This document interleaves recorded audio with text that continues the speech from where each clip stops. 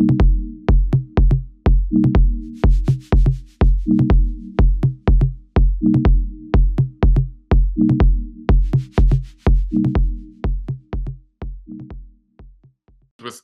any further ado, I'm going to hand over to our panel of speakers tonight, led by Andrew Ardington. You are most welcome throughout the evening to post questions in the chat, and Andrew will keep an eye on that. And then, of course, afterwards, we will, after the presentation, we will also allow for questions and answers. Andrew, with that, I'm going to stop sharing my screen and hand over to you. Thanks, Johan, and thank you for all the work you're doing on conservation and connecting conservation and agriculture. Tonight, we're also going to talk about a human conflict. It's not probably as exciting and doesn't get as many clicks as lions and humans, but it's our conflict with soil, and it's an extremely important conflict. For me, my starting point on all of this is really that the soil plant ecosystem is at the core of our existence on this planet, and we have spent a lot of time disturbing that ecosystem and disturbing its function. What we're going to do tonight is really talk more on the mix between this conflict with soil and how that impacts on the economics of farming, and how our farming industry is seriously under pressure at the moment. And we will get more into that later. But just to start off, just going to have the three of us introduce ourselves for those who don't know us. I'm from the Regenerative Agriculture Association, and I founded that a number of years ago to try and promote regenerative agriculture and to meet up with other people who were involved, and also to see if we could work together. And it worked very well, because pretty quickly I met up with Professor James Blignaut, and we've been working together since then on various aspects of trying to promote the adoption of soil regeneration in agriculture across Southern Africa.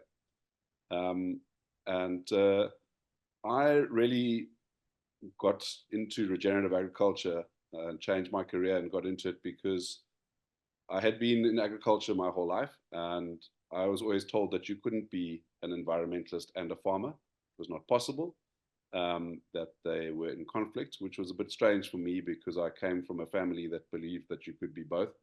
But at university and afterwards, I was told that that was not possible. And I now strongly believe that unless you're an environmentalist, you're not going to be a farmer in the future, because as we will see today, the economics of trying to farm without nature, at war with nature, and without the help of its ecosystem is getting more and more difficult. And I saw regenerative agriculture as a new opportunity to bridge the divide between conventional farmers and the more natural farming systems. And so that's how I got involved.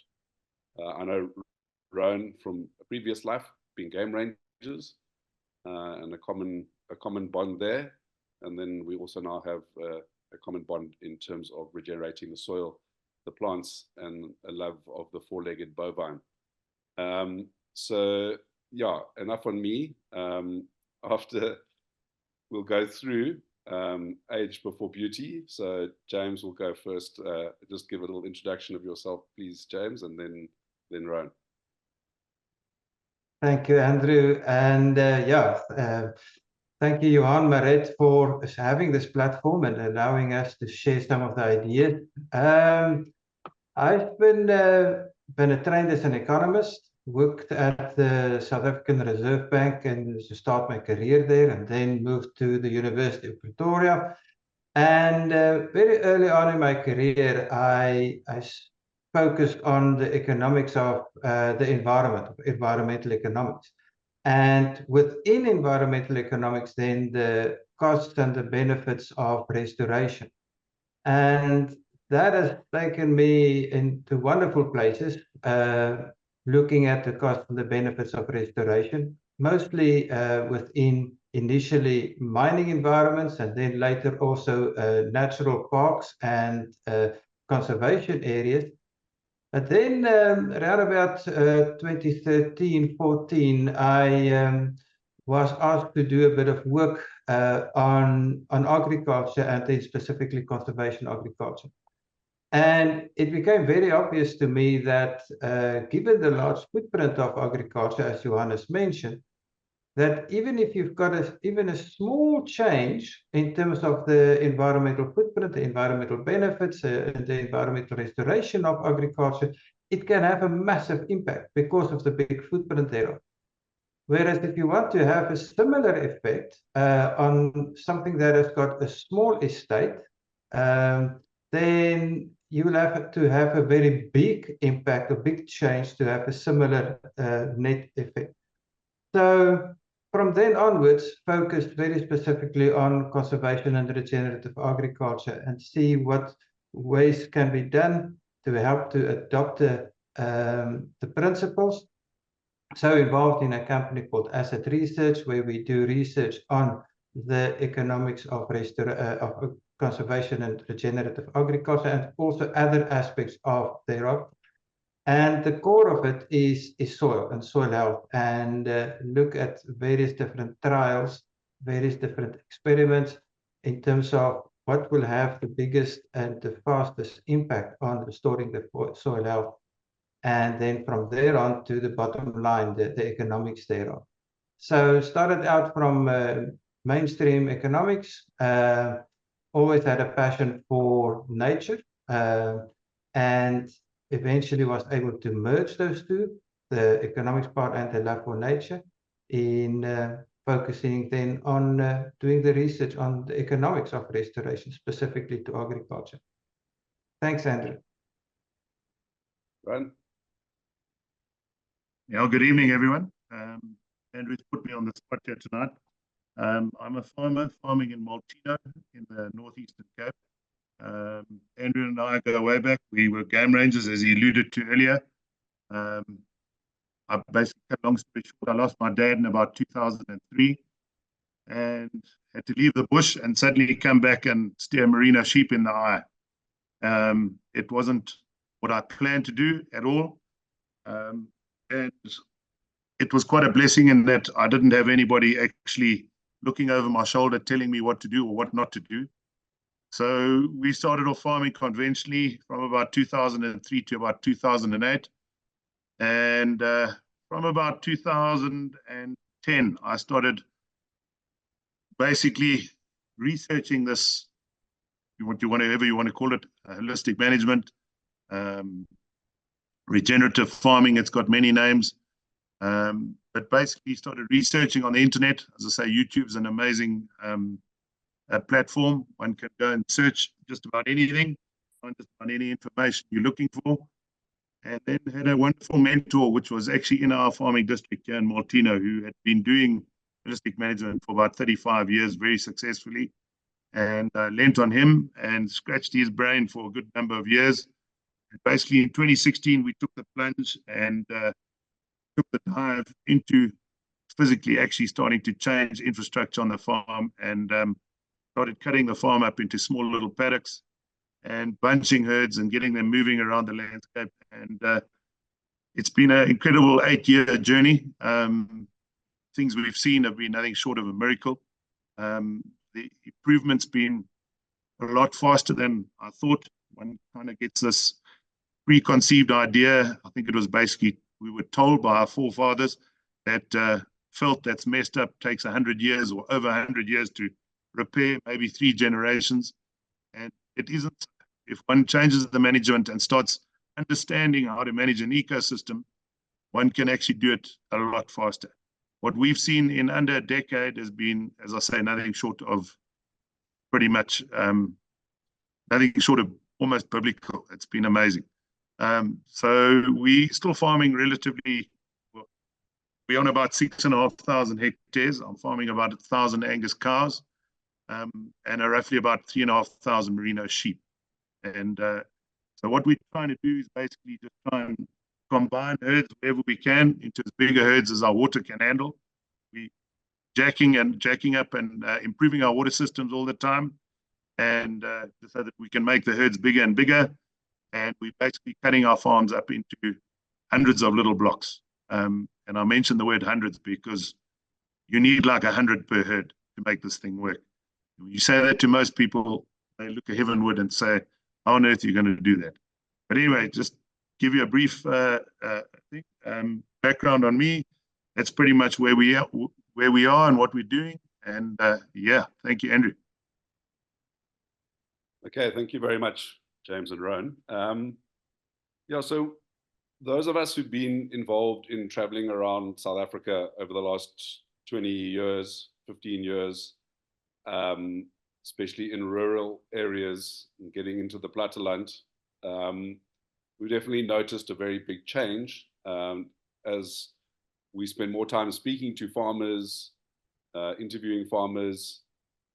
You realize that not only from what was happening in the towns in terms of the towns collapsing, the economy of the town collapsing, that there were fewer and fewer farmers in each magisterial district. But at that stage, we didn't really have the numbers then. And Hendrik Smith is on this conversation also. Hello, Hendrik. And Hendrik and James at that stage were doing, or at least in between now and then, were doing research on the economic viability on maize farms, mixed maize farms with cattle, primarily in the Eastern Free State and in Mpumalanga. And that, when those results finally came out from those studies, the business as usual approach was pretty much suggesting that the average farmer was going to go under in about 10 years, 10 to 12 years. And since then, there have been two pieces of information that we have come across research data from other people. The first one was on maize farmers, maize producers supplying to the silos. And that was that there has been a 54% decrease in maize farmers over the last 14 years.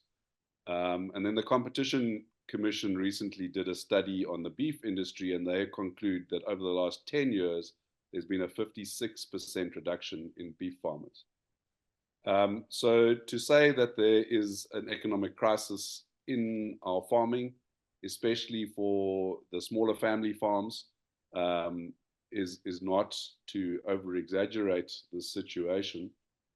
I just want to show some graphs here. As James cheekily said before when introducing himself, his job is to draw graphs for me. His job is not to draw graphs for me, but I'm happy if he wants to have that title. So these graphs will just provide a visual picture for you to think about as we go through the conversation. And the business as usual scenario is we've had declining soil health, and that really kicked into high gear sort of with the arrival of tractors. High gear in the sense of the intensity of the disturbance of the soil, as well as the area that it was being impacted upon. And then in terms of overgrazing on veld. Then to add to that, we now have climate variability coming in, where we're experiencing a lot of changing weather, especially the dreaded midsummer drought that everyone seems to be getting these days here in Southern Africa. And then a really core part of this whole thing is the cost price squeeze, how the input costs of farmers have gone up over a 60-year period faster than the product that they sell, that being maize or let's say weaner calves. And that has really got out of control in the last decade. We'll look more into that. And all of that results in a decrease in resilience of these farms, both environmental resilience and then economic resilience. And then you ultimately go out of business. So that's our business as usual situation. Here's the data that we got from the Crop Estimation Committee from 2010 to 2024, a 14-year period. The number of maize farmers providing maize to the silos went from 7,562 to 3,384. And that is a truly catastrophic number for an industry to deal with. We don't have figures like that to that degree of detail from the beef industry. There is, as I said, that study that was done by the Competition Commission that came back with 54%. But if you look at these numbers here, which really highlight the cost price squeeze, you're looking at these massive blue bars, which represent the inflation over the last 8 years of major inputs into conventional cattle production. And the output of conventional cattle production is a weaner calf, which has had a 1.3% interest as shown by the little orange line. And then down below in the main retail areas, there's been a much bigger increase in price there. So the farmers are getting squashed in the middle. So there's something to remember as we continue this conversation. Just to highlight the picture here in terms of how we are driving down our ecosystems. These are photographs from neighboring farms taken a month ago in the Free State. That's the farm with the spiraling down on the left-hand side. There were still livestock in that field wandering around looking for things to eat. On the right-hand side, a regenerative farm, this was the day after the livestock left. So just showing the different impacts and how if we need these ecosystem services to help our economics and help us stay on our farms, then we're going to have to change the way we do things. So coming back to the stylized graph of James and Hendrik's research, if we move across from business as usual to regenerative agriculture, and via improving our soil health, increase our resilience to climate variability, decrease our input costs, so get more from the soil ecosystem and less from the co-op. And if we do all of that together, we can then collectively increase the environmental resilience of the farm and by that, the economic resilience, and move onto a totally different trajectory to get us out of that downward spiral. And with that potential return, and of course, as in most changes in life, there will have to be some investment to change the way you farm. So I just wanted to do that, those pictures, and we're now going to go back to talking, having a much more open conversation style. But James, you are really the mastermind behind gathering and analyzing all that data and taking biophysical data and making it into economic data. So can you come in here and just speak more to your work and where you think we are going and how we need to get there? Yeah, thanks, Andrew. So, I mean, I think it's very appropriate to have this discussion also on a platform that is concerned with nature conservation and the preservation of species and the conservation of species. I've said a few times before that I think the family farmers should belong on the endangered species list. And I think the graphs that you've shown actually proves that. The family farmer is on the endangered species list. They are in rapid decline. And the reasons for that are the reasons that you've mentioned. So what would be the implications of the family farmer being in rapid decline? I mean, you've got the whole local economy that is being jeopardized by it. Because the family farmers are the ones that actually support not just the food security of the country, but also the local economy. Everything from the grocery stores to the filling stations to the cooperative to the churches to the community life itself is carried by the family farmers. And with this rapid decline in the family farmers, those numbers that you've shown in the last 10 to 15 years, well, you must think about that also as an exodus out of the local economy, and what the effect thereof is on the local economy. Well, just drive down the street, the main street of most of the local dorpies, and you will go from pothole to pothole. And that's the reason. It's the exodus of the family farmer has got a massive implications also on the broader economy of the region. So, and most of it that sits behind it is, you've alluded to it, the cost squeeze. Increasingly, we find that the input costs have risen so fast. If you perhaps could just share that graph on the with the cattle, the blue bubble one, funnel graph, the blue funnel graph shows the cattle prices or the beef, what has happened in the beef sector. So you've shown it, but I don't think we really appreciate the magnitude of the implication thereof. And what is being shown for beef farming is mirrored also for crop farming. So on the input side, the salts rise by 58% from 2017 to 2024. Maize rose by 124%.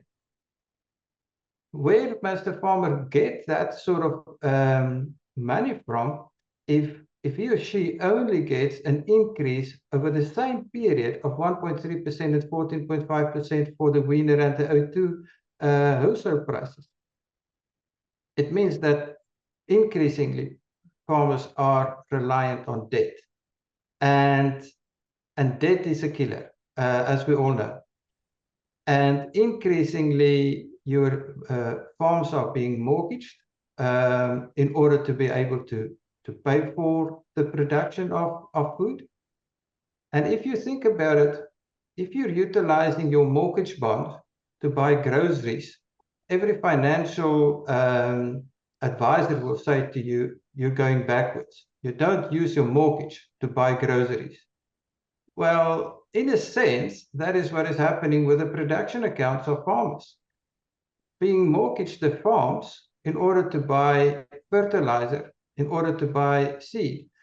And so what we have seen is that the percentage of your intermediary expenses of the groceries of a farm has gone from 37% of total debt to 86% of total farm debt. So basically using the farm mortgage to pay for the groceries. And that's not sustainable. And because that is not sustainable, we are seeing the numbers that you've shown in terms of the 50-60% of migration out of the industry.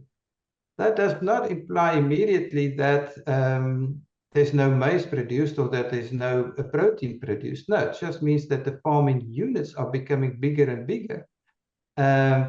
But it does mean that the family farmer is being squeezed out because of the cost squeeze. And that has got big ramifications. And one way to actually try to mitigate for this is to really think hard on the cost side, because most farmers are price takers. They've got very little hold on the price side, on the receiving side. And so much of the effort must go onto the cost reduction side. And there, farming with nature, just so much cheaper over the long term, as I'm sure Rowan will also speak to about, than being continuously involved in some or other form of chemical warfare. Thanks very much, James. Rowan, can you just comment a bit on your transition and how you are working around decreasing your input costs and changing your whole farm operation to deal with these challenges that farmers like yourself are having to face? Yeah, Andrew, I think it's going to be a continued struggle for a lot, but we were kind of forced to think out of the box. And I think a lot of the guys are starting to look at this regen in a whole new light. But basically, we've had to adapt. Our biggest input costs, obviously, are labor. And the second biggest cost is our lick bill, which we feed our cattle every year. When I say feed, the maintenance lick, it's not a feed. It's basically a protein-based lick that we feed the cattle, which basically stimulates the rumen, gets the microbes in the rumen going, and allows the cattle to eat dry, lignified grass as opposed to going to buy things from the co-op, as Andrew alluded to earlier. So what we're doing is we've adopted a lick, which we refer to as the McCosker brew, developed by a chap called Terry McCosker in Australia. Very clever chap. Formulated this brew. It's a high urea lick. We push the urea up to about 40%. I know that's past a lot of guys' comfort zones. We mix it and balance it out with bypass protein like cottonseed oil cake. And what we're finding is the intake of the animals, it's all about the intake. It's just to get the animals, a conventional lick, just to give you an idea, an animal intake would probably be on a, guys refer to a Dundee lick, and they buy a lot of the sugar-based products. And animal intakes on those sort of licks, you'd be looking at somewhere between 3 and 6 kilograms a day. With the McCosker brew, all we're doing is we're feeding it in a much higher concentrated form, and the intake per cow per day is right down to about 200, somewhere between 200 and 300 grams a day in the middle of winter. Summer, you're probably looking at about 50 grams a day. So it's literally, I'd go as far as saying less than a third of the price, and it probably works 3 times as well. It's quite a challenge in that one's got to make apparatus in order to feed it. It can't get wet. The cattle have to get adapted to it. So there are a couple of things to utilizing it, and one needs to fully understand and educate yourself on the brew before running around and going to go and just put it out, because 40% urea, as you know, is skating on thin ice. The other thing is the sheep can only take probably about 12% urea. So if it sticks its head in the 40% urea mix, there goes your sheep. So one's got to work out how one goes about feeding these things. We've had to build lick trailers and troughs and whatever. But yeah, as I say, that's the one way we are keeping our costs down. And then labor, what we're finding is once we start putting the infrastructure in, the infrastructure is a cost, but it's a once-off cost. If you plan it correctly, then one can then do away with less labor. I'm running a 6,000 hectare operation, and I've got 5 guys helping me. As I say, we manage just fine, and we're farming 1,000 cows and just over 3,000 merino sheep. And as I say, I've got 5 guys helping me. So myself and those 5 guys are managing 1,000 head of calving cows and 3,000 sheep. And yeah, that's pretty much that lick is one of the main ways we're cutting costs. But then, yeah, we'll get into the soil, and I'm sure Andrew will allude to that later, what we're doing with the actual management side of things later. Yeah. Well, just going there right now, Rowan, in terms of your soil improvement and the soil plant relationship, your grass improvement, how has that impacted your farm stocking rates over the last 7 years? Okay, so just to give everyone a bit of a background, I don't know if all the guys listening understand quite what we're doing. What I'm doing, I like to refer to it as adaptive multi-paddock grazing. You may have heard of holistic management. You may have heard of high-density grazing. What we're doing has got a lot of different names. I like referring to it as adaptive multi-paddock grazing. And what we're basically doing is we're cutting our farms up into tiny little paddocks. A paddock can be a conventional paddock. It can be a slither of a paddock. It can be a paddock made up out of portable electric fencing or permanent electric fencing. It can be a section of a paddock. So basically what we're trying to do is we're trying to combine herds of animals into as bigger bunches as possible, and putting them onto a smaller area for a shorter period as we possibly can. and then moving them frequently.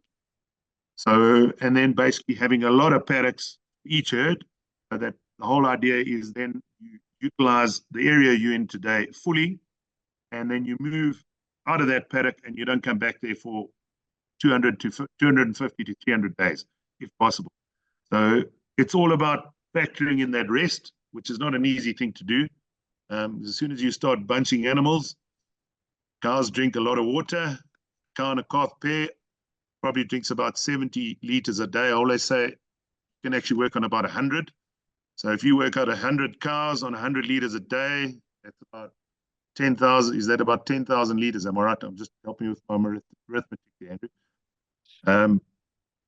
So it's a lot of water that these things drink. So one's got to plan that water correctly. And yeah, so what we're doing is basically concentrating those animals, trying to concentrate their dung and urine on a small area. And if you put enough animals on a small enough area, they do some wonderful things in that they trample a lot of your unpalatable grass species flat. And you basically essentially do what the gardeners are doing. You just prepare that patch, you graze it today, and you have another 120 odd paddocks ahead of that herd, and you move every day, sometimes multiple moves a day, and basically concentrating dung and urine and trampling down old dead moribund grass and moving and factoring in a lot of time before you come back, which then allows those plants to basically recover and fully go to seed before you come back and regraze them again. That's essentially what we're doing. And in doing so, we're feeding the soil microbiome and building soil, doing what we do. And how has that impacted your stocking numbers? Okay, just to give you an idea, our initial development, we took an 850 hectare farm back in 2016. We cut it into 85 9-hectare squares, and we went in there with about 140 head of Angus cows and about 400 replacement merino ewes. And yeah, we went around roughly on a daily move, bi-daily move around that setup. We actually had a little 500 hectares, so it was 107 camps altogether we had for that herd. And we could factor in about a 256-day rest period. And over 6 years, we've basically more than doubled the stocking rate. We're now up to 270 Angus cows and about 1,200 followers in that same system. And the grass is actually just, it's overtaken us. We're probably going to double it again within the next decade. Okay, so just on grass with just that McCosker brewer's input and a little bit of rock salt. That's it. So you're working on both sides. You're increasing the production of the farm while decreasing the input costs per animal in order to. Correct. So from a production side, what happened was when you've suddenly got a little checkerboard full of little blocks, say over 100 blocks per herd, what we're finding is that in the summer, what we try and do is we try and grow as much grass as we possibly can. Obviously, we're in a summer rainfall area. So in order to grow grass, besides needing rain and air and soil, one needs a blade of grass to grow grass. What we try and do is in the summertime, we speed up our rotation. The whole objective in summer is to try and leave as much leaf or residual behind as one possibly can. As I said, alluded to, you need a blade of grass to grow grass. So it's not about finishing it in the summer. It's about leaving as much behind as you possibly can so that it can recover quicker. So we go through the rainy season, the raining months, wherever that may be, faster. Probably we go around our paddocks faster, say double the speed of what we do in winter. In winter, obviously, what we're trying to do is slow right down, spend nearly double the amount of time in those paddocks and try and clean up and try and get the stock to trample down whatever is non-palatable. And then in speeding up in summer, what we found, it was actually quite by chance. The first year we started, we on a daily move, what we find is all sorts of things actually just start lining up. So the big upswing in production came with that daily move. So what happened was you're moving animals onto forage that's been rested for 200 plus days. In that case, it was actually 250 plus days. So when you go from, say, a daily move to a bi-daily move in summer, it's normally coincides with your mating season. So December, when it starts raining, is normally the time of the year when you're putting your bulls in. And it happened quite by chance the first year. We just started moving. We used to roughly get about an 85% conception.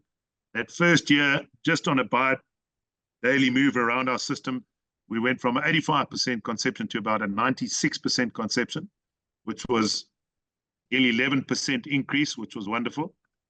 And then over and above that, what happened was we, just by moving those cows and putting them on a high plan in nutrition, by speeding up the rotation every day, we got those cows to take the bull in the first cycle, which was amazing. So essentially what that system does is it just gives you a steering wheel, a brake, and an accelerator on your herd. And you as a manager can then utilize that to your advantage. So it's not all about growing grass, it's about keeping your animals productive as well. And all you farmers listening to this, you'll understand it's always about hitting a happy balance between grass production and animal production. And just to go back to what happened the first year is we actually, besides going from an 85 to a 96, we got probably about 85% of those cows to take in the first cycle. I didn't know that. And we went around and we got our cattle came in for preg testing. And I remember my vet at the time putting his hands up the cows.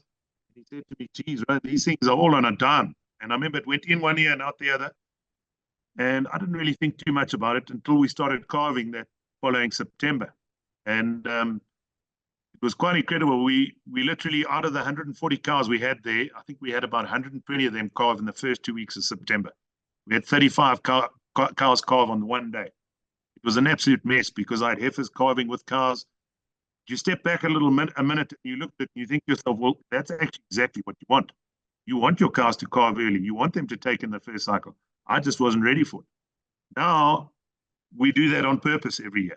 And it's been absolutely amazing. And we've taken our weaning weights really on the time that that calf spends with its mother. If it's born in the first 2 weeks of September and you say weaning in, let's hypothetically say, end of April, early May, if it's born in the first 2 weeks, we normally mate December, January, February, and we'll calve September, October, November. If you get your cows all to calve in the first 2 weeks of September, that little calf then gets to spend roughly 50 days extra with its mom, which equates to 50 kilograms extra on the day of weaning.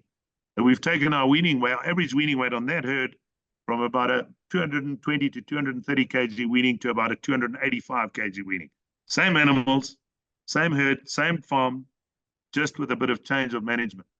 And as I say, what happened was basically just the extra weight of those calves in 3 years paid for the infrastructure cost. If that can help you, Andrew, just to give you a basic rundown there, yeah. Thanks, Rowan. James, if Rowan, having focused a little bit on the sort of regenerative grazing side of things, can you come back to the regenerative economics and talk about the changes we need to make in our economics, our view of our economics? What is regenerative economics as opposed to conventional production economics? Well, I think Rowan was focusing on animal husbandry, but what he was actually also alluding to the fact that agriculture has very much become an art. It's science, but it's also an art. And most agri farmers now also needs to be, in that sense, artists. Really read the entire system, which includes the biological system, as Rowan has explained, but also the economic system, and basically adapt to it. So a regenerative farmer will therefore think from the whole farming system, and not just in terms of what will be the ton per hectare, the yield. By thinking in terms of farm system, it's therefore important to think in terms of profit, because it's not making profits that's driving the farmers off the land. So profit is important. Profit is more important to keep farmers on the land than yield. Well, there is definitely a link between the two, but profit keeps farmers on the land. So what farming techniques would be necessary to keep you on the farm would be profit, not yield. You yeah, 15 tons a hectare, but if it's at a loss, then you're not going to stay on the farm. Thinking in terms of profit, you have to think in terms of then of what sort of production approach will I follow. Thinking in terms of from a crop perspective, you have to think also in terms of getting more income streams from the same hectare. In the conventional system, it was maize, and maize, or then soy, or sunflower. And then you've seen that picture, that third or fourth picture of yours, where you have that barren land, the in-between. That's a single crop system. It's nowhere that you will find a single crop system in nature. It's always multiple, always a mosaic, always different species. So in the same sense, from a farmer perspective, how can you get multiple income streams from the same area? The moment that you think in terms of multiple income streams from the same area, you bring in diversity. Yes, you think it's money, but it's also diversity. So now you've got cattle, now you've got crops, now you've got different types of cattle, it's different kinds of animals. Bringing in a hybrid system also implies then that you will reduce your risk from that perspective. Another one is, and you've alluded to it as well, is to think in terms of your cost reduction. So the moment that you start to think of the soil and regenerate the soil, work on the soil biology and the microbial action within the soil, and the soil starts to work with you and it's not fighting you, so will the input cost start to decline. It's a process. It doesn't happen overnight. I think Rowan has also alluded to it. It's a journey. You don't push a switch and press a switch and then all of it happens instantaneously. It's a process. But you will reduce the cost. You will reduce the reliance on synthetic fertilizers, synthetic inputs, and herbicides, because the system will become more and more robust. And by robust basically means you bring in more things that you thought of in the past would be alien to the system and enemies to the system, like diversity in terms of species, becomes actually your friends, because it helps you to build up the resilience of the farm. You've used the word resilience earlier, and that word is so important because it has got this shadow figure of risk. And a farmer, we sort of have this idealistic picture of happy farmer with a well-trimmed moustache sitting there with a tractor and 2 ducks and 5 cows and the children playing in the hay. Pictures that we've drawn when we were children. But it's far from the reality. It's big business. So how do you hedge against the risk that you're facing? And the best way to hedge against that risk is to try and identify what would be those risk items. There are things that you cannot change. You cannot change what the suffix price of maize would be. You're a price taker. You cannot change the weather. There are things that you cannot change. But you can change the way how you manage your farm to reduce that risk. And that is a regenerative farmer who will then think out of the box, apply a philosophy of life-giving and not reacting to the situations, complaining about the situations, but rather than adapting to it to be able then to make a difference. And in that process, so many other co-benefits that is happening. The requirements from external inputs come down rapidly. And obviously, the moment that the external inputs are reduced, or the need thereof, also the carbon footprint thereof is reduced. And if the soil biology improves, well, so the food nutrient levels will improve. So there's co-benefits that goes both ways, both from a reduction in the input side and then also improvement in the food quality that comes out of it. And so it's much more of a philosophy that the artist is applying than a mechanical recipe, step-by-step way that you take it. And I think that's why it's also so difficult sometimes for somebody to embrace it, because there is not do this, do that, manual, step by step, 1, 2, 3. You have to go out there and do it and learn, and the system will adapt and the system will change, and you have to adapt to that. I think, James, a big issue is our narrow view of things. You know, we are trained in our world that we all specialists in our field, and we take a very siloed rather than systems approach to things.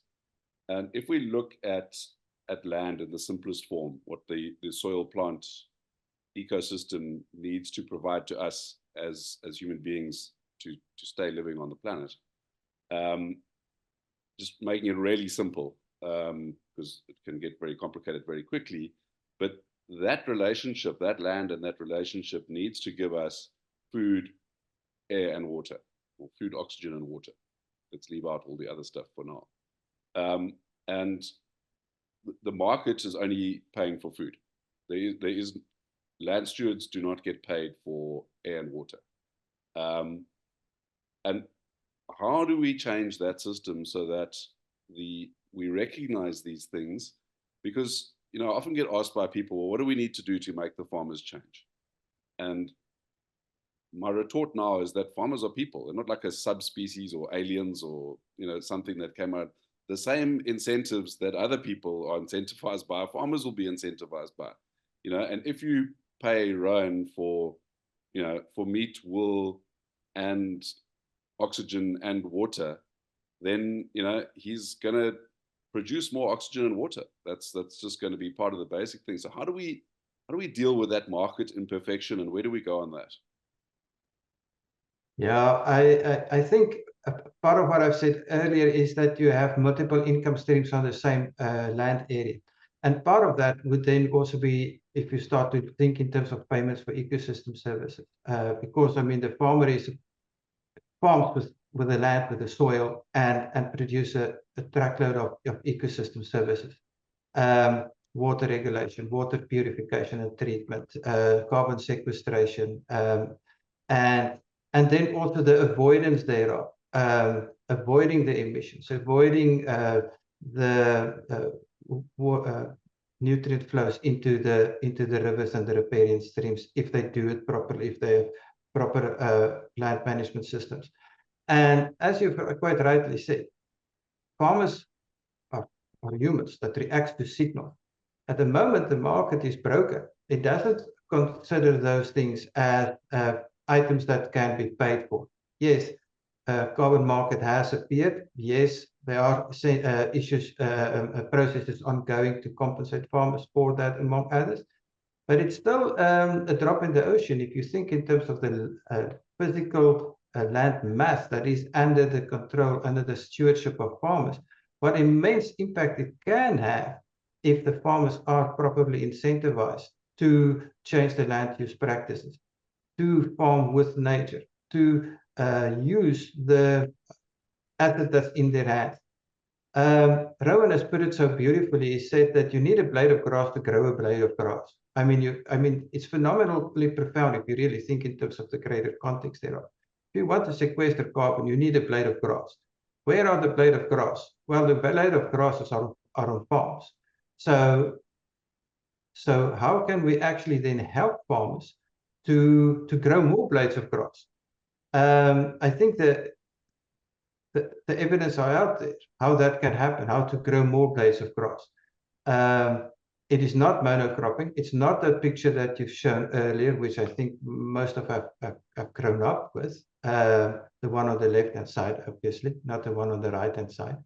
And it is to assist farmers to become grass growers. I've heard many farmers said before that it's actually a grass farmer that's selling meat.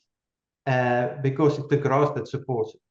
And the more grass you can produce in your farm, and the diversity thereof, and the palatability thereof, obviously you will be able to reduce your costs, as Rowan has alluded to, but you will also be able to produce more food for a growing population. That's obviously also important, because if you're not compensating farmers for the ecosystem services, one way or another, if you continue with a broken system whereby you're only paying for one ecosystem service, maize, soya, sunflower, and not thinking in terms of the basket that comes off the land, then you're only going to get one product. You're only going to get sunflower, soy, or maize. But if you're paying for the basket, you will get more of the basket. So I think we need to really have a hard think of that bigger system and the compensation mechanisms therefore, and how to then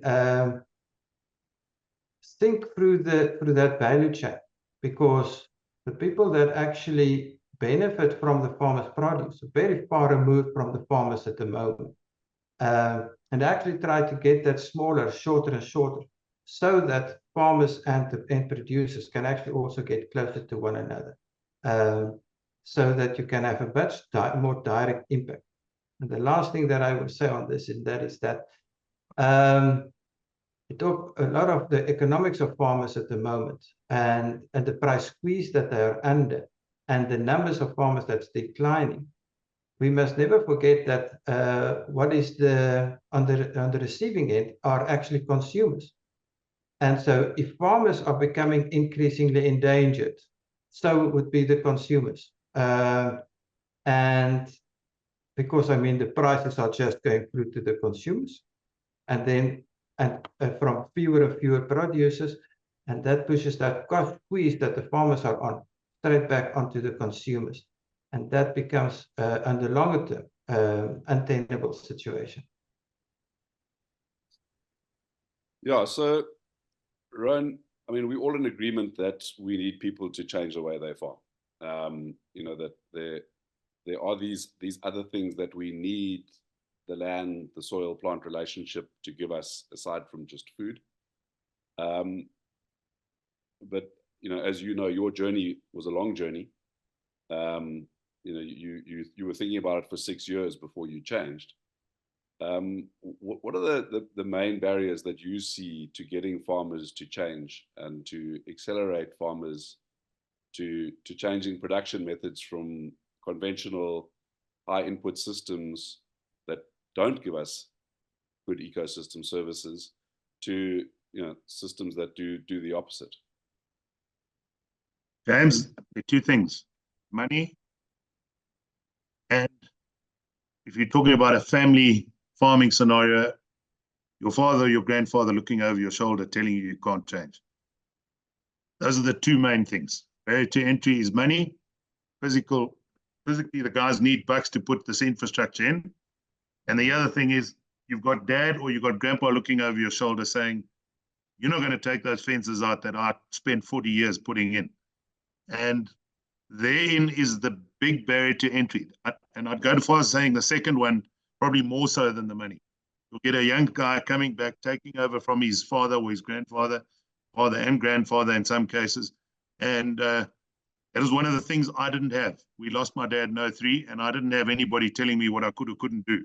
So I was able to make a whole lot of mistakes, and but ultimately allowed to do whatever I wanted to do, and we did it. And I remember when we ripped the fencing out off that initial farm tip lot, we ripped out all the fencing, and I remember standing on what was the old wagon wheel center trough the one day, and my new stepdad was standing next to me, and he said to me, "Good God, you've ripped out all the fences." I said, "Yeah." And we had pegged out where we were going to put our grid system. And the first thing he said to me, he said, "You do realize your father wouldn't have let you do any of this." And how right he was. I think when my dad was alive, he wouldn't have let me do anything. So those are your two big barriers to entry. And as I say, I haven't got the answers for all of them. But I think the big thing is just to try and get people to understand what we've got to do. It sounds very complicated, but it's actually very simple. It's not that hard. All we've got to do is essentially mimic the migratory herds of old. We cannot do it with game or wildlife anymore because they're gone. Game reserves at the moment are wonderful, and everyone talks about rewilding, and you put a big fence around a 30,000 hectare block or 100,000 hectare block. It's still essentially one paddock. It's a big paddock, but it's one paddock, and then they're going to put a whole lot of animals in there, kudu and impala and zebras and goodness knows what all else. and the whole place just spirals down and gets overgrazed. It doesn't get a chance to rest. It's quite simple. All you got to do is stop overgrazing. However you're going to do that, just stop overgrazing and give the plants time to recover. And it's that simple. You just have to work out how you're going to give the plants time to recover. Yeah, I think I went a bit off track there, but anyway, yeah. That's what we are. No, great. Yeah, so I think we need to get some questions coming in. Looking at the bottom here. Andrew, if I may just draw everybody's attention to, then I think if you're finished with the formal presentation, we would like to invite the audience to now please put up your virtual hand. Right at the bottom of the screen, you'll see there are reaction tools. You can show us that you would like to ask a question, or we can start handling also the questions in the chat at the moment. So please feel free to interact at this point. Thanks, Andrew. Apologies for the interruption. No problems.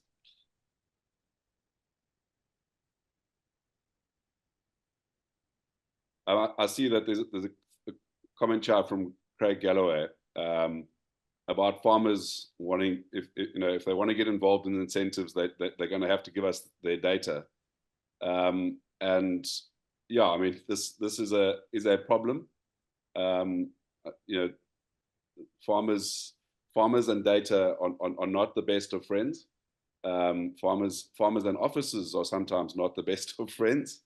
But going forward, this is something that's definitely going to have to improve if we want to keep people, medium and small size family farms on the farm. Then the office work is going to have to improve, because we're not only failing with the soil, we're also failing there. So I hear you, Craig.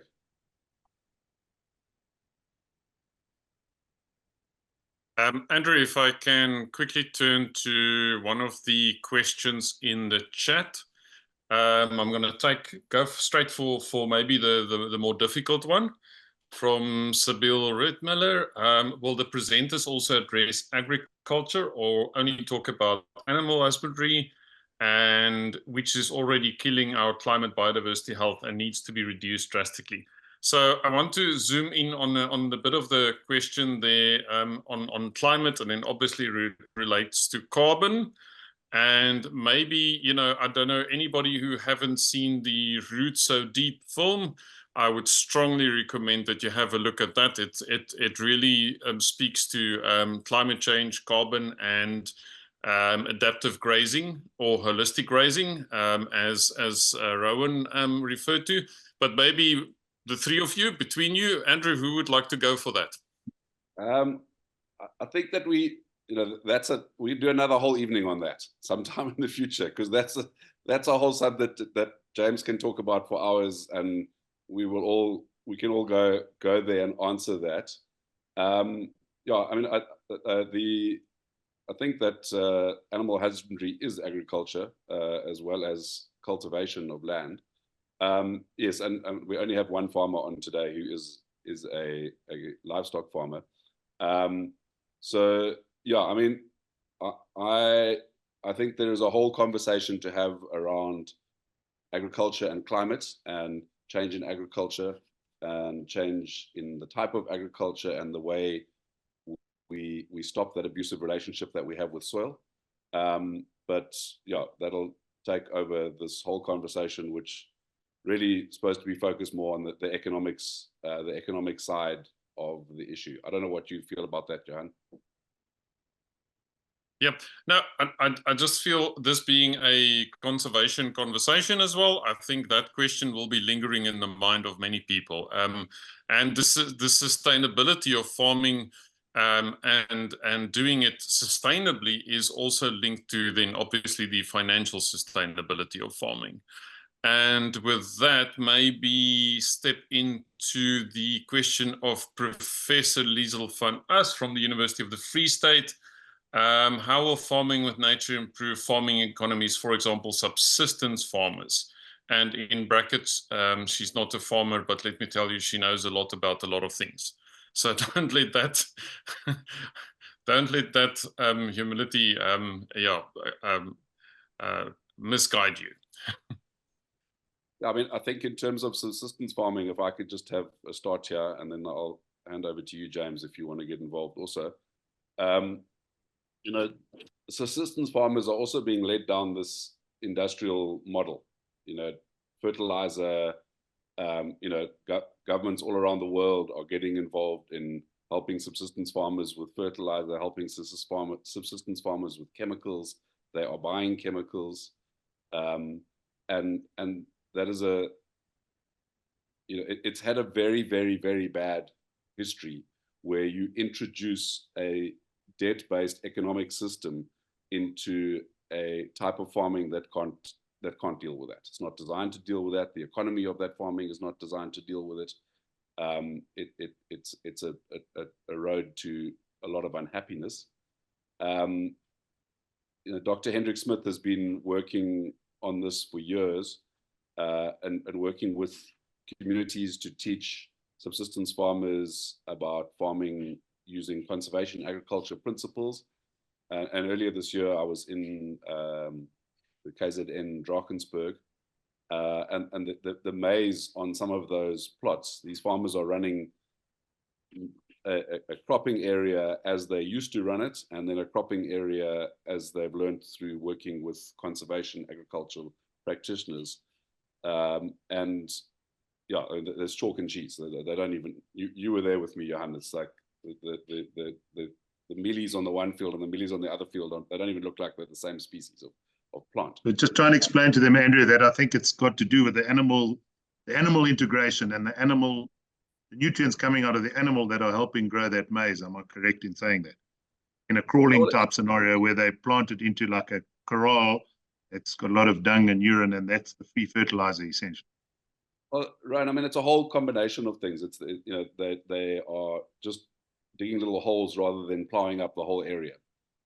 So only a small part of the area is being disturbed. The rest is remaining covered the whole time, whole year round.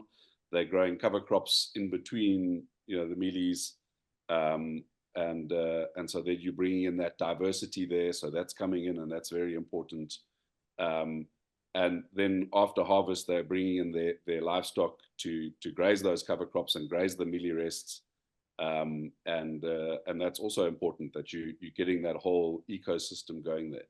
So I think there's an enormous amount of benefits for stopping subsistence farmers getting sucked into the industrial system, and highlighting ways of them remaining in a system that doesn't go that way. James, I don't know if you'd like to comment further there. Yeah, no, I think you've articulated it well. I think we can just ask the question, what does farming with nature actually mean? And by asking, how does nature look like? Well, nature is a composite of many things, not just one thing. And nature is all about the big cycles, the carbon cycle, the water cycle, the nutrient cycle. And by farming with nature, you actually enhance those three cycles. You help those cycles on. The water infiltration is better. The availability of the nutrients is much better. And the carbon uptake of the soil is much better. And each time when those cycles are enhanced, you have the two impacts. The one is on the yield, the improvement thereof, as you said. The one looks like mealies, the others doesn't, and the effect on the cost side. And so the farming with nature is in that sense scale independent. So you can do it on a postage stamp, or you can do it at a very large scale. So it is scale neutral. There are benefits, pros and cons of both, but the question is, how can you advance, how can you accelerate, how can you work with those three big cycles, the water cycle, climate cycle, carbon cycle, and the nutrient cycle. James, if I can just come in there. Yes. If I can just come in there on that point. I think a lot of people Well, let me just say it like this. I think the bulk of South Africa and a lot of the world, for that matter, is so severely degraded at this stage. And we as human beings get born into this world, and we tend to take what we see in front of us for granted. We kind of just assume that the Karoo was rocks and bossies. And in fact, 250 years ago, the Karoo didn't look like that. It looked vastly different. It was probably covered with perennial grasses from one end to the other. And I think the big thing is, she was asking, how can you integrate this into subsistence type scenario? The big thing there, and the biggest challenge with the subsistence type scenario, would be to get the people to work together, because it can be done. There's no reason why it can't be done. Those areas are severely degraded, but we know we can fix them, and we can fix them relatively quickly. You know, in the Transkei, for instance, the old Ciskei and the old Transkei, which are predominantly relatively high rainfall grasslands, those grass seeds are still lying there. That latent seed bank's there. Those guys just start managing accordingly and bunching their livestock. One wouldn't even need a fence. You could do what Sabri and them are doing at Tebangombe in Zimbabwe. And you could basically just get all the animals into one herd, and you've got little herd boys. You could do it with herd guys, people just, as opposed to a fence, herding those animals and moving them around the landscape, and then just factoring in rest. One would have to make sure you didn't go back to the areas you grazed prior, and you'd have to work out a grazing system. But it can be done. It's not impossible. But you would have to get communities to work together and all to put together and understand what one's trying to do, if that makes any sense. Yep, that makes a lot of sense. Andrew, I can see you were about to say something. Yeah, so I mean, you know, for me, it all comes back down to soil, plants, and soil microbes, and they don't care what your economic system is on top of them. They just need to be treated well. And I mean, there's that one line in the Roots So Deep movie when they asked Mike Lemon, the soil microbiologist, are these microbes important? And his response is that, you know, they run the planet. And, you know, we can go, they stay. They go, we go. And so we've got to come up with systems that, whatever the economics on top of the ground is, that is looking after that basic relationship there. And it's an amazing part of the world. You know, the latest studies are now saying that that's 50% of the biodiversity on the planet is in the soil. I think there, sorry, Andrew, to interrupt you there, just to underline that, if we really want to, you said, let's talk about the economics thereof, because it's many of the reasons why the land is degraded, especially then under the commercial areas, is also then related to economics. So part of what you are then saying is that we really need to think very carefully and very hard at the entire way how we look at the economics of a farm, and that the farm does not just sell one product, but it sells so many services from that product. And perhaps we should think about how can we, in a sense, restructure the payment systems completely, as the farmers have to think out of the box in order to adapt from a regenerative perspective, but also think out of the box from an economic structure perspective, how to compensate. No, absolutely, James. I think, you know, at the end of the day, I think we need to start referring, your soil must be your bank account. And as Andrew alluded to, that microbes are everything. You know, one used to refer to a regenerative farmer being a grass farmer. Well, we now know, scientists like Christine Jones and Elaine Ingham and these people that we're following on the internet, that they're on the cusp of this groundbreaking research that's going on. And I mean, we're finding now that diversity is everything. Diversity, diversity, diversity. You cannot stress it enough. Diversity in plants, obviously, the more plants, species you can have growing together, the more microbe diversity they then support below ground. And those microbes are absolutely everything. And I think we need to start referring to them as your soil livestock, because by weight, physical kgs of weight, the actual microbes in the soil will outnumber your cattle and sheep, or whatever, goats or pigs or whatever you're running above soil, a couple of thousand to one. I mean, they say 1 teaspoon of soil has got more living organisms in it, healthy soil, than there are human beings on the planet. It's quite it's something to get your head around, but it's not that. It's very important stuff, and nobody's looking at it. And how we manage our animals above ground directly affects what happens to those little bugs underground. And what we're dealing with is those little bugs are everything. And the more of them we can make every day, the more we can do with our management approach, and the more we can promote that underground life. That is the carbon that we're talking about. And that is the life that we need to concentrate on, the life we cannot see under the ground. Everything up to an earthworm, up to a mole, anything that makes a hole in my farm is my friend. It doesn't matter whether it's a spring hare, whether it's a gerbil, whether it's a rat, whether it's a mole. We need to get air and soil air and water into that soil, guys. And how do you get it? It needs to breathe, it needs to eat, it needs to drink. All those things need air, water, like we do. And how do you get it in there? You need holes in your ground to get it in there.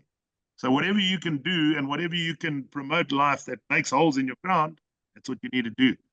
I'm talking, it's literally that simple. That's what you need to do. You need to get air, water into the ground.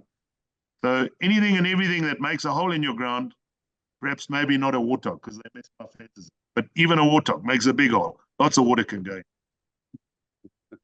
It's literally that simple, guys. That's what we need to be doing.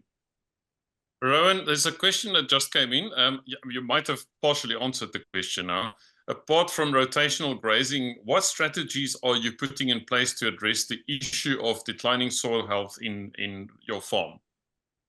Okay, so essentially what we're doing is we're just effectively trying to work with nature, and we're physically using our livestock to basically mimic the old migratory herds of old, if you want to call that. So we're essentially bunching our animals into big herds, and we're literally moving them around the landscape and putting them into small little paddocks for very short periods of time.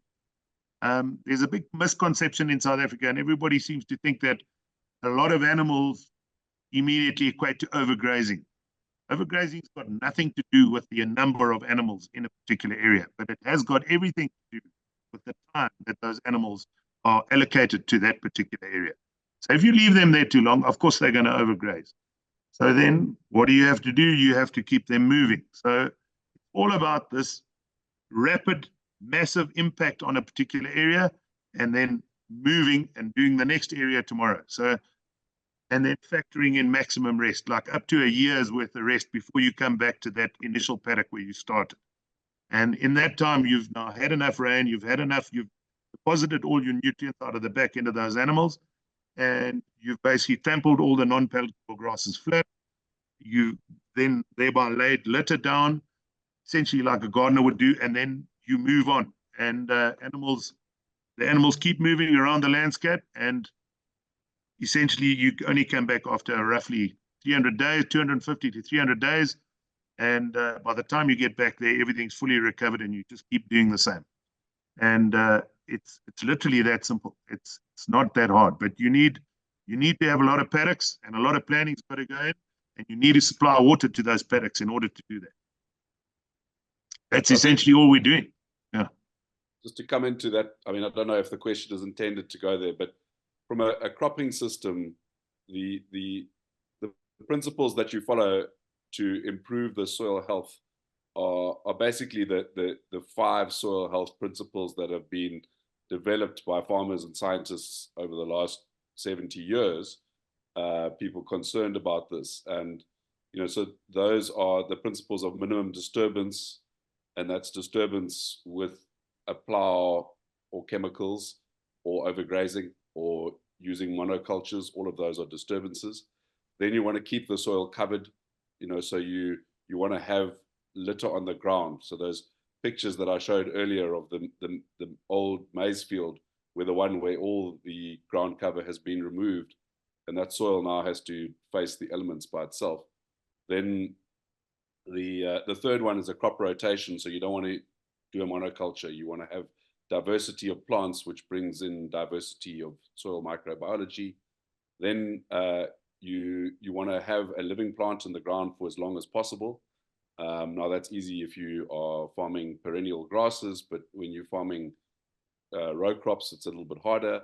But there are a lot of strategies that people have developed now with cover crops in order to do that. And then the fifth of those soil health strategies, principles, is to incorporate livestock in there, so that your cattle come into your cropping lands again, as they did before we invented fertilizer, and got the cattle out of the cropping lands, so that they can get the ecosystem going and that soil health can return as it should do. So those are the main strategies, actual practical strategies for dealing with declining soil health and turning that around. And I think, as Rowan's story shows, and other farmers have shown, the actually really short space of time. I mean, Rowan's saying it's taken 5 or 6 years, and in terms of his life, the life of that farm, the life of people in this part of the world, that's a very, very small period of time. And for me, that's a great source of comfort, that we can actually very quickly fix soils if there's still some soil left there, and, as Rowan says, a blade of grass to start working with. Now, just to add to what you're saying there, Andrew, part of that strategy involves then cover crops, winter cover crops and summer cover crops, if we're talking then of a cropping system. And immediately, if you hear summer and winter cover crops, you hear the word also of diversity. And I think that has been stressed many times before. The more diversity one can get onto a farmland, the better. And it helps in so many respects, because it helps that soil biology. But James, somebody just on asked a question. Sorry, James, sorry to interrupt. Somebody asked a question about chemical fertilizers. Can they just ask that question again? Popped up on my screen. No, so it says, what of using industrial chemical fertilizers as one of the causes of declining soil health? Okay, so that's a biggie, James. If I can just come in there quickly on that one. What they're finding is that chemical fertilizers literally kill your soil microbiology. Literally kill it. It makes the plant lazy. The plants take those straight up.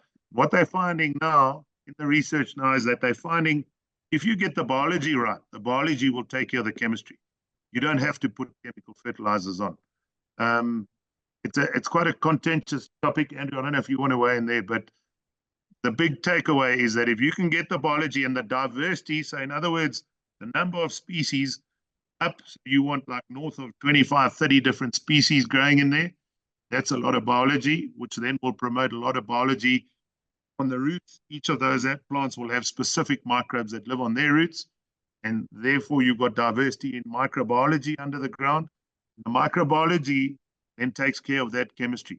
You've got little microbes, little bacteria that live on those plant roots that actually have got various jobs to do. For instance, some will actually have enzymes that will extract phosphate, some may extract selenium, some may extract manganese, whatever.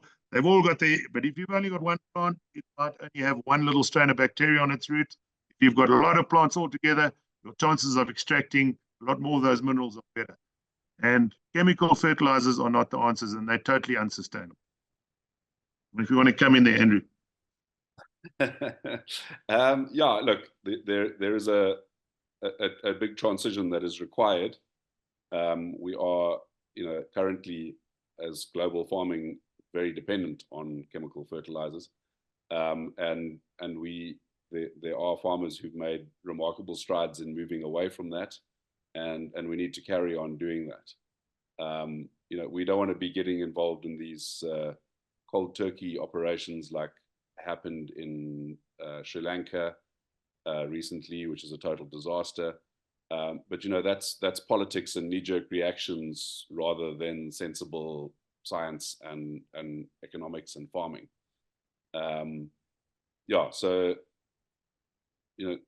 fertilizer, it's a big part of this whole conversation. From, as when we invented fertilizer, we were able to separate agriculture, separate livestock and crop production, and that created a lot of unintended consequences. But yeah, it's also another subject that we could have a long conversation on. Right now, people are doing a lot of work on how to reduce those fertilizers, because fertilizers are, James, one of the main input costs that are causing problems for farm economics. Yes, and I just want to highlight the fact that, we've spoken about animal husbandry and crop farming, but this principle also applies to horticulture. And we're increasingly seeing farmers who's got, on the horticulture side, trying to introduce animals into their orchards, are trying to introduce biodiversity into the orchards, different species at different times. Obviously, there are various regulations and the various issues when you start to at harvesting times of some of the products. But the idea of layering the farm land with a variety of species also applies to horticulture and viniculture. I think we've seen very interesting and exciting examples of this layering effect.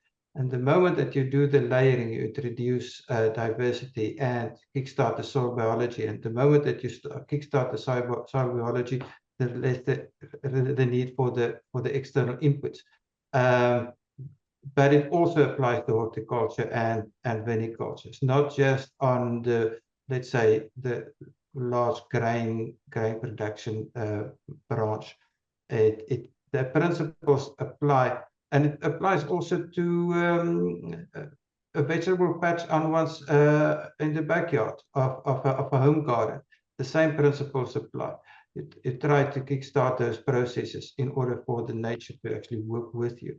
And I think that's why conservation, regenerative agriculture, and environmental concerns, and Johan, you sort of alluded to it right in your introduction, are so tightly connected. It's not divorced from one another. 50 years ago, it was tightly connected. 50 years ago, because of chemical fertilizer introduction thereof at a big scale, you had this divorce between the two. But now it is coming back together. A farmer is an environmentalist. And if you farm with it sustainably from an environmental side, it will also help you from an economic side. We have seen the numbers. It speaks to them for themselves, and which is very exciting actually to think that when we think in terms of global environmental problems, and there was the question about climate as well, that and farmers are being blamed for many of those things. That perhaps the solution also sits with the farmers. The moment that you actually come back to the way of farming that we're discussing today, you can actually introduce a whole bunch of the solutions as well, and which is actually quite exciting, I think.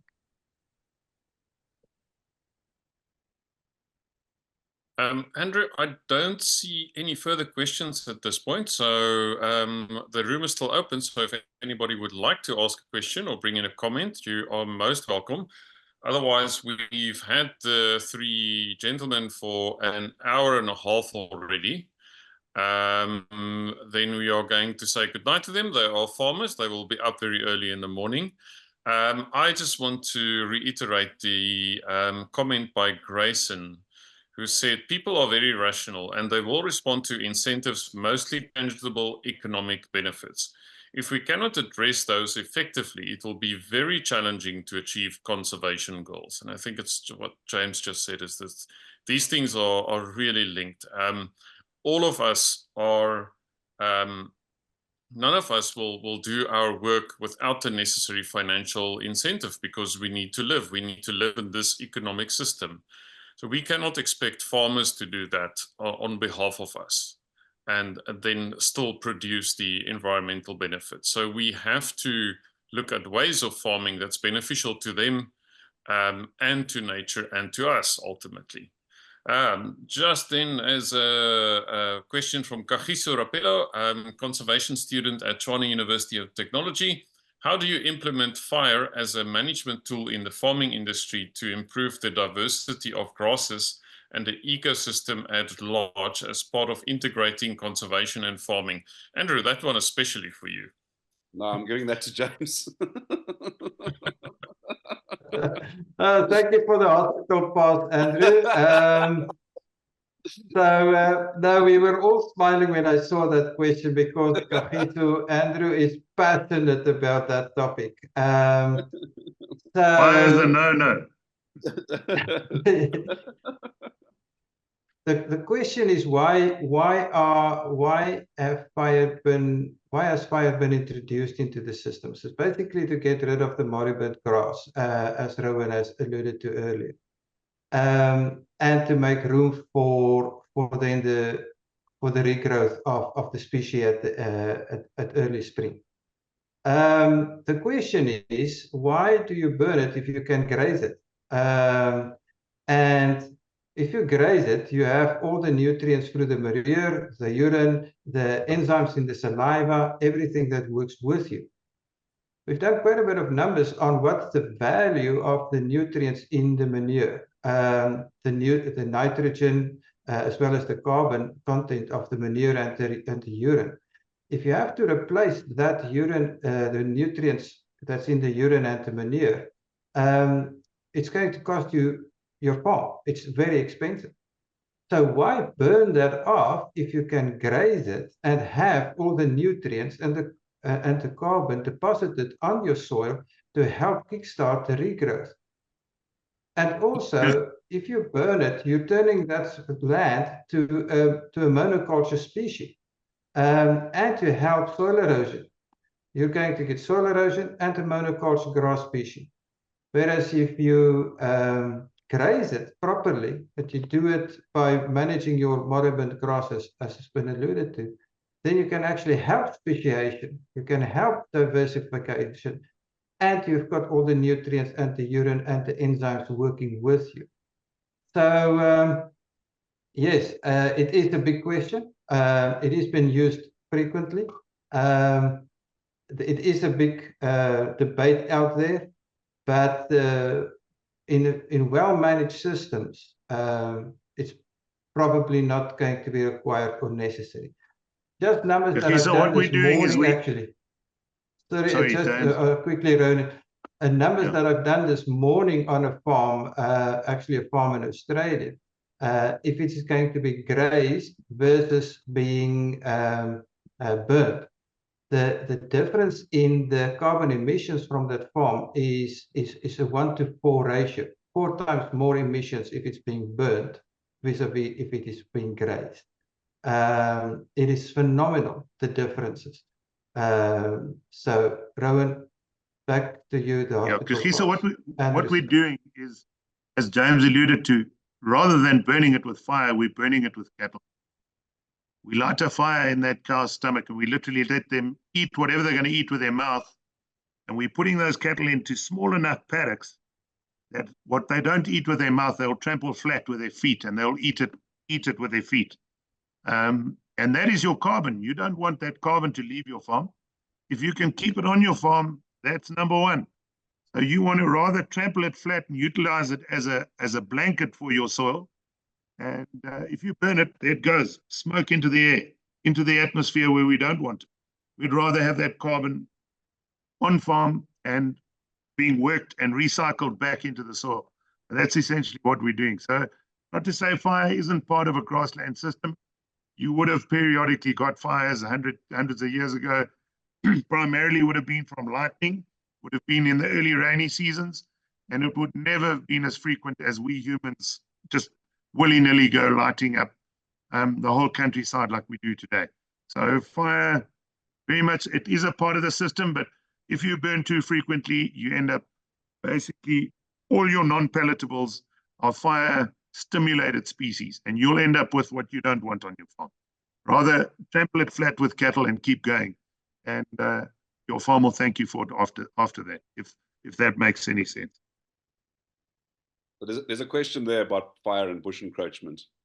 And if you look historically at the evolution of grasslands, there's this relationship between fire and grass and trees and herbivores. And the fire and the herbivores are described as the friends of the grass and the enemies of the trees. So they're helping that war. And basically what we've been doing in our farming, in our overgrazing of our grasslands, is reducing the biomass production there to a degree where the fire is no longer negatively impacting on the bush encroachment. But we also are reducing the effectiveness of the soil by taking down the organic matter, putting it in the air rather than letting it go back into the soil, and reducing the function of the soil microbiology in those soils so that the whole system winds down. And what happens then is actually we're selecting for the trees. So if fire was an effective tool at stopping bush encroachment, there wouldn't be a bush encroachment crisis on grasslands in South Africa. There is. We burn them every 3 years on average, and we're not stopping that. What we've got to do is we've got to graze them properly so that we pick up their ecosystem function, pick up the soil microbial activity, make that whole system function at a higher level, and the grass then outcompetes the trees. Rather than using grass as a source of combustion to try and burn back the trees, which is not working. I've lived in 5 different parts of South Africa, and in all 5 of them, bush encroachment is a major, major problem.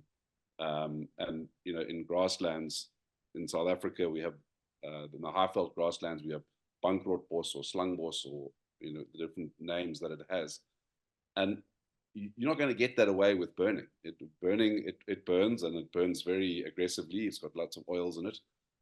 But you go back there 2 years later, the slangbos is there. The grass hasn't come back and taken over. What you've got to do is you've got to create the soil environment that makes grass want to grow rather than slangbos. So the fire, as Rowan said, fire is part of the system. There are plant species like in the fynbos in the Cape that are stimulated by fire and made to grow, and they need to have their day in the sun. So every now and again that happens, but overly aggressive burning results in soil erosion and loss of soil, and that is basically the holy grail at the end of the day that we're messing with there. So if you want to set Andrew on fire, you ask a question about fire. Kagiso, thank you very, very much for that important question.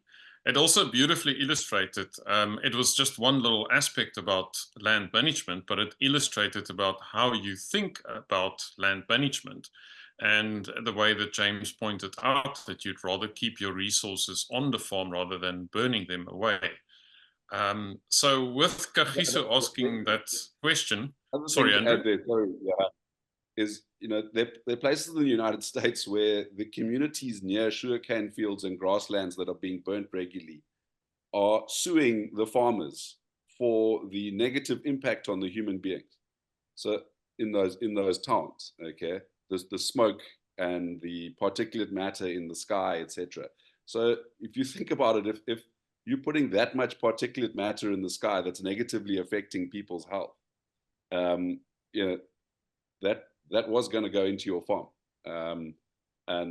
So as I said, in large parts of South Africa, in large parts of Africa, you go further up into Zambia where there's massive grass growth. People are burning every year because the mass of animals that help to contain that massive grass growth, the giant herds of elephants and buffalo and various other animals, they're gone. They don't exist anymore. And so the only way to control all that very big grass is to burn it. And it overwhelms people's small holdings, and so they burn it.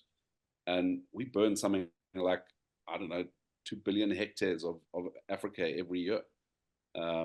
It's remarkable, and it's always been looked at as a normal process and carbon neutral. It's not a normal process to burn it like that, and it's not carbon neutral. It's not just carbon, it's lots of other stuff that it's putting into the sky. Thanks, Andrew. So to conclude the evening with referring back to Kagiso, on the LCA events, students are always guests of honor. So I would like to ask that maybe all three of you comment on the way forward, where to go with farming as a partnership with conservation. Final words from all of you, please. James, would you like to go first? Yeah. Well, thank you, Johan, first and all, and everybody on this platform today. I think it was wonderful, and also to hear all the inputs from Andrew and Rowan as well. But where to go forward? I think it is a process whereby everybody in this room, everybody in this part of the agriculture system needs to work together. How are we going to be able to enable farmers to grow more grass, to have more blades on their farms? And I think it's worthwhile to actually partner with a farmer. Wherever you are in society, search for a farmer and see how you can help that farmer. We were talking about incentives earlier. It's at very high level. From a governmental perspective, policy perspectives, those are things that takes a long time. It's at a very high level.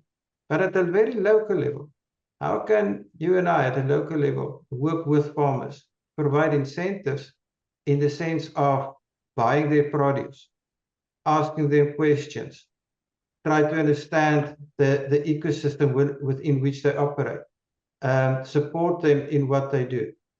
Farmers are the custodians of the land. Farmers are the ones that have got the solutions in their hand because they're the land managers. How to help them going forward to be the catalyst of change, which I think everybody needs and requires. Not to have the dichotomy between us and them, and farmers are the villains and the evil people, or whatever the case might be. The solutions really sits under our feet, and they're the managers thereof. How can we help them to produce more grass on their farms? Conservation agriculture is one way of doing it, and it has been shown to be very practical.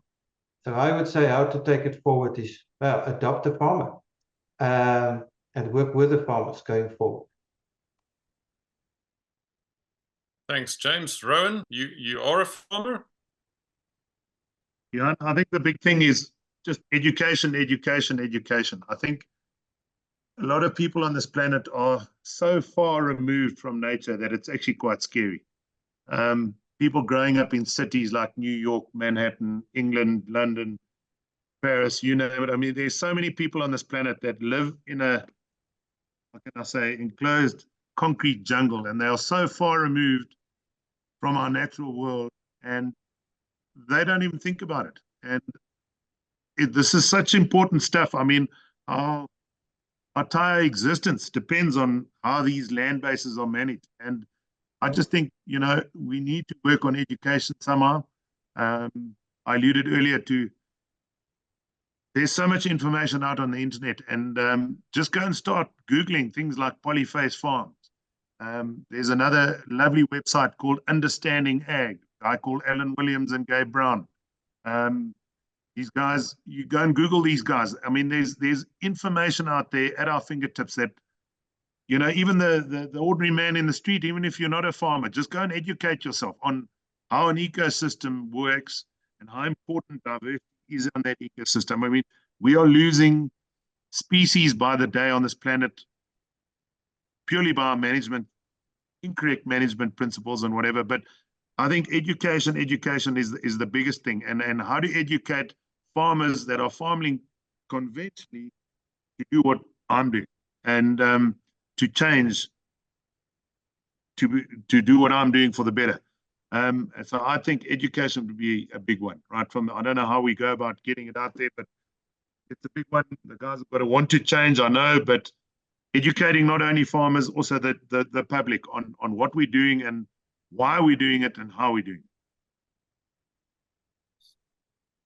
Thanks, Rowan. Andrew, last word to you.